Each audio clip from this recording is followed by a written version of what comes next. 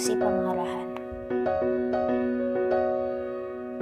Yang dimaksud dengan fungsi pengarahan adalah sebuah proses yang dilakukan oleh para manajer seperti menginstruksi, membimbing, dan mengawasi kinerja pekerja untuk mencapai tujuan yang telah ditentukan. Fungsi pengarahan juga dianggap sebagai jantung dari proses manajemen, perencanaan, pengorganisasian, dan pengawasan menjadi tidak penting jika fungsi pengarahan tidak terlaksanakan. Manajer harus bisa menjalankan fungsi pengarahan dengan sebaik mungkin, karena ini merupakan salah satu fungsi manajer juga, bahkan menjadi fungsi manajer yang paling penting.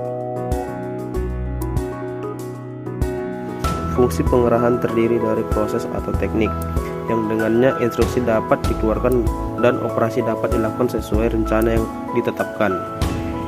Bisa disimpulkan, fungsi pengarahan adalah fungsi untuk membimbing, menginspirasi, mengawasi, dan menginstruksikan orang-orang menuju pencapaian tujuan organisasi.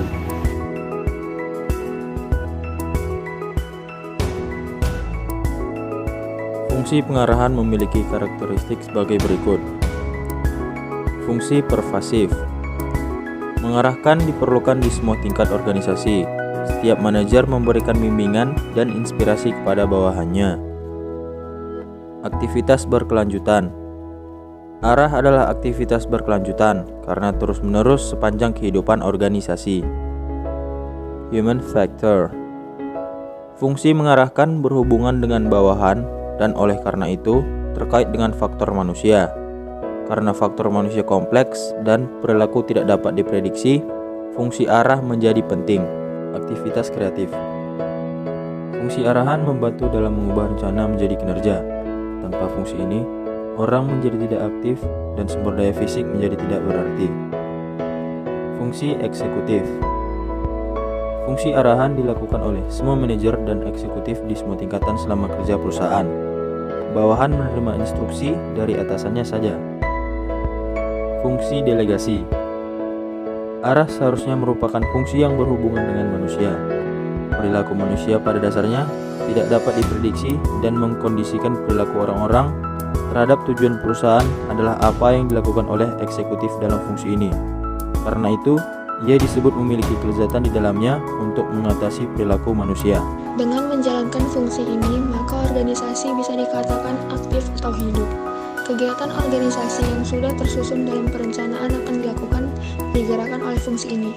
Sebagai contoh, sebuah perusahaan sudah menyusun perencanaan, membentuk struktur organisasi, memiliki sumber daya dan faktor produksi. Perusahaan itu tidak akan menghasilkan jika tidak menjalankan fungsi pengarahan. Pengarahan berarti menggerakkan semua sumber daya dan unsur organisasi untuk melakukan aktivitas yang sudah direncanakan. Keberhasilan sebuah perusahaan tergantung dari proses pengarahannya, dan hasil yang akan didapatkan oleh perusahaan juga tergantung dari proses pengarahan. Sekian pemaparan materi tentang fungsi pengarahan dalam manajemen dari kelompok kami. Jika ada kesalahan atau tutur kata yang kurang pantas, kami mohon maaf dan semoga bermanfaat bagi yang melihat video kami ini. Sekian dan terima kasih.